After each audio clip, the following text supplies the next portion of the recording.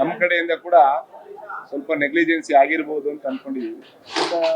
ಈಗ ನಾನು ಮಾತಾಡಿದೆ, ನಾನು ಕೆಲವು ಮಾಹಿತಿ ತಗೊಂಡೆ. ಸೊ ನೆಗೋಸಿಯೇಷನ್ ನಡೀತಾ ಇದೆ ಅಂತ, ನೆಗೋಸಿಯೇಷನ್ ನಡೀತಾ ಇದೆ. ಮತ್ತೆ ಇನ್ನ 10 ನಂದಿನಿ ಮತ್ತೆ 10 ಅಮೂಲಿಗೆ ಹಂಚಿಕೆ ಮಾಡಬೇಕು ಅನ್ನೋದು ನಾನು ನಿನ್ನೆ ಟಿವಿನೆಲ್ಲ ನೋಡಿದೆ, ನಾನು ಎಲೆಕ್ಟ್ರಾನಿಕ್ ಮೀಡಿಯಾದಲ್ಲಿ ನೋಡಿದೆ. ಸೊ ನೆಗೋಸಿಯೇಷನ್ ನಡೀತಾ ಇದೆ. ಸೊ ಇದು ಗೊತ್ತಾಗುತ್ತೆ. ಈಗ ನೆಗ್ಲಿಜೆನ್ಸ್ ಏನಂದ್ರೆ, ಸೊ ಎಲ್ಲಾದ್ರಲ್ಲಿ ನಮ್ಮವರು ಟೆಂಡರ್ಲಿ ಪಾರ್ಟಿಸಿಪೇಟ್ ಮಾಡಬೇಕಾಗಿತ್ತು. ಸೊ ಮಾಡಿಲ್ಲ.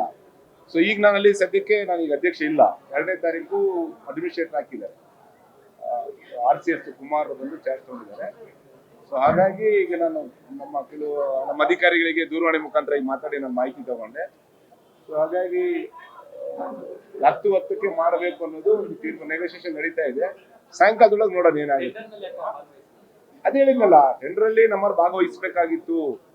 ಎಲ್ಲದರಲ್ಲಿ ಕೂಡ ನಂದಿನಿನೇ ಸಿಗುವಂತ ರೇಟಲ್ಲಿ ನಮ್ಮರು ಪಾರ್ಟಿಸಿಪೇಟ್ ಮಾಡಬೇಕಾಗಿತ್ತು. ಅದು ತಪ್ಪಾಗಿದೆ.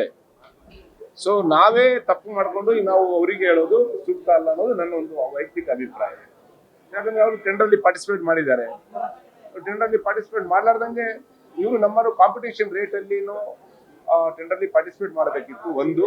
ಎರಡನೇದು, ಅಡ್ವಾನ್ಸ್ ಆಗಿನೇ ಸರ್ಕಾರದ ಗಮನಕ್ಕೆ ತಂದು ಸನ್ಮಾನ್ಯ ಮುಖ್ಯಮಂತ್ರಿ ಅವರಿಗೆ ಮತ್ತು ಉಪಮುಖ್ಯಮಂತ್ರಿ DK ಶಿವಕುಮಾರ್ ಅವ್ರನ್ನ ಭೇಟಿ ಮಾಡಿ ನಮ್ಮ ಅಧಿಕಾರಿಗಳು ಮಾತಾಡಬೇಕಿತ್ತು. ಎಲ್ಲೋ ಒಂದ್ ಕಡೆಗೆ ಸ್ವಲ್ಪ ಮಾಹಿತಿ ಕೊರತೆಯಿಂದ ನಮ್ದೇ ಸ್ವಲ್ಪ ಆಗಿದೆ.